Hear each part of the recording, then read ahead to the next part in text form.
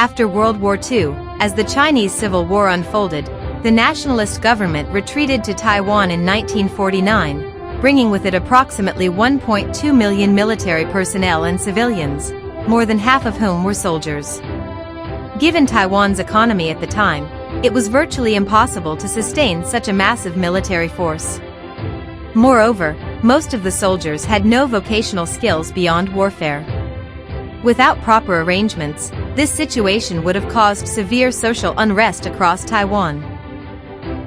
Thus, how to resettle these veterans became the government's top priority. In 1954, the government established the Vocational Assistance Commission for Retired Servicemen, commonly known as the Veterans Affairs Council. The first chairman was Mr. Yan Jiagan, who would later become President of the Republic of China. In 1956, Mr. Chiang Ching-kuo took over as the second chairman of the VAC. At the time, President Chiang Kai-shek specially reminded him, "Take good care of them, as if they were your own family." Mr. Chiang Ching-kuo kept this instruction close to his heart at all times. With his meticulous planning and outstanding leadership, he forged an unparalleled force grounded in empathy and moral responsibility. He focused particularly on employment guidance, helping veterans acquire vocational skills so they could earn a living with dignity. He led them in working and striving together, harnessing the vast potential of veterans. This approach not only transformed them from consumers into producers, and from good soldiers into skilled workers, but also aligned with the nation's development needs, leading to the founding of numerous enterprises that strengthened national production and infrastructure, in service to the country and society. Among all veterans' enterprises, RSEA Engineering Agency stood out as one of the most meaningful and successful undertakings, highly regarded both at home and abroad. It also made the VAC a one-of-a-kind and legendary organization for retired servicemen in the world.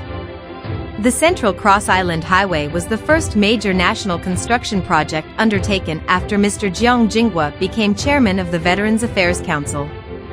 To create employment opportunities for veterans, the council established the RSEA Engineering Agency, abbreviated as RSEA. This project alone could provide jobs for over 10,000 veterans. In mid-June 1956, Mr. Chiang personally surveyed the proposed construction route. The terrain along the way was treacherous and extremely challenging, but he remained undaunted. This clearly demonstrated how much importance he placed on this critical national infrastructure project. He believed in leading by example. Only by walking the route himself and being confident in the veterans' ability to complete the project on time could he wholeheartedly move the endeavor forward. On July 7, 1956, construction of the Central Cross Island Highway officially began. To attend the groundbreaking ceremony, Mr. Chiang set off from Dongshi on June 29, 1956, and spent 8 full days traveling on foot to Lishan. He deliberately chose July 7, the anniversary of the outbreak of the Second Sino-Japanese War, to hold the groundbreaking ceremony. Together with Mr. Brent, then director of the U.S. International Cooperation Administration, he initiated the highway's construction. The veterans, filled with excitement and pride, joined Mr. Chiang in shouldering this formidable and thorn-covered mission. During the construction of the Central Cross Island Highway, Mr. Chiang personally inspected the site 20 times, frequently traveling across the work zones. He never avoided hardship. He adapted to conditions as they came, sitting roadside to drink tea and eat pastries, sharing meals with the veterans, and sleeping on the ground when tired. His dedication to governance and care for the people, as well as his frugal and humble character, were fully evident. He often used Dr. Sun Yat-sen's famous quote, "Though moving mountains and filling seas may seem impossible, I firmly believe it can be done. Success will come one day," to encourage the veterans. These veterans, after laying down their arms and relinquishing their duty to defend the nation, channeled their traditional spirit of perseverance into the country's economic development. Through their hard work, they contributed to society, and with unshakable confidence, they earned their own livelihoods and pursued a life of mutual support and coexistence. On November 12, 1958, President Chiang Kai-shek, accompanied by his wife Madame Sung Mei-ling, inspected the progress of the Central Cross Island Highway, with Mr. Chiang Ching-kuo by their side. President Chiang was deeply pleased, often seen with a satisfied smile on his face. He showed great care for the veterans and expressed heartfelt appreciation for their hard work and achievements. Mr. Chiang Ching-kuo lived up to the trust placed in him by President Chiang Kai-shek, truly treating the veterans as members of his own family. On May 9, 1960, the Central Cross Island Highway officially opened to traffic. The first bus operated by the Highway Bureau's Golden Horse Line began its service to Hualien. Mr. Chiang joyfully posed for a photo with the Golden Horse hostess and personally led foreign guests on board to experience the historic ride. With the completion of the highway, travel time between eastern and western Taiwan was significantly reduced, and many scenic wonders of the Central Mountain Range were unveiled to the world. It injected new vitality into both Taiwan's economy and national defense. From 1961 to 1963, Mr. Chiang continued to support the RSEA Engineering Agency and the veteran staff in constructing the Grand Kailan Hall of the Grand Hotel Taipei, as well as the Beiji Second Road project. They also completed the 400-meter-long Shiqiling Tunnel, then the largest highway tunnel in the Far East. Simultaneously, the Jingguashi Road project was launched.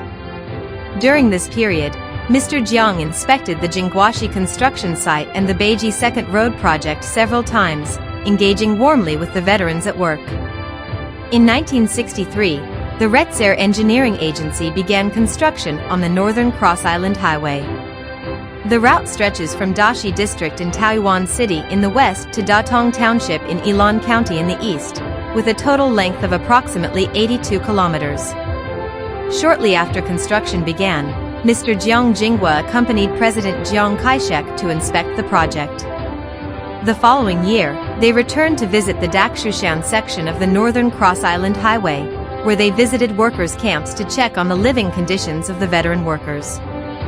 At the end of 1964, the RSEA Engineering Agency launched another landmark project, the Keelung River Diversion Project, notable for its extensive underwater dredging operations.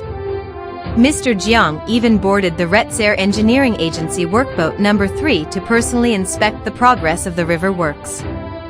During this time, Mr. Chiang proposed that the RSEA Engineering Agency should enter the international construction market.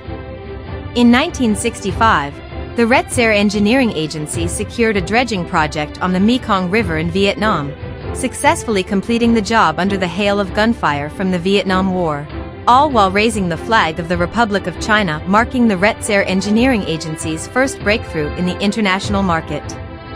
Soon after, the RSEA Engineering Agency won contracts in Thailand, including the Mokan to Nakhon Phanom Highway project and the Songkhla Port dredging project. Over the next 40 years, the RSEA Engineering Agency's overseas ventures grew rapidly. By 1985, it had reached its peak, becoming one of the top 100 international contractors in the world. In early 1965, Mr. Chiang Ching-kuo was appointed Minister of National Defense, bringing to a close his 8-year tenure as chairman of the Veterans Affairs Council. He passed the council's leadership to Mr. Chow Su-yu, while the RSEA Engineering Agency continued under the direction of Mr. Yen Xiaocheng. Upon his departure, Mr. Chiang encouraged everyone to weather the storms together and carry the torch forward. He also made a heartfelt promise to remain a steadfast supporter of all veterans' undertakings. Under the leadership of Mr. Yen Xiaocheng, the RSEA Engineering Agency remained steadfast in its founding principle, the union of emotion and moral duty. With the spirit of weathering storms together, growing stronger through adversity, and carrying forward the legacy, they endeavored to expand and elevate the RSEA Engineering Agency's mission. Following Mr. Chiang Ching-kuo's advice, the RSEA Engineering Agency purchased surplus equipment and machinery from the Ximen Reservoir project in 1965, and in 1967, acquired the assets of the American company Vinyl Corporation in Taiwan. At that time, the RSEA Engineering Agency had grown to over 4,200 engineering and technical personnel, and owned more than 1,100 major pieces of construction equipment, making it fully capable of undertaking large-scale infrastructure projects.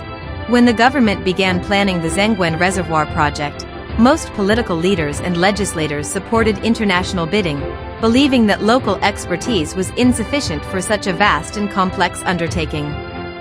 However, with the support of Mr. Chiang Ching-kuo and the Veterans Affairs Council, Director Yen stood firm against prevailing opinions. He believed the RSEA Engineering Agency had the full capacity and strength to independently complete such a significant national project. The principle of built by our own people marked a bold and transformative new beginning.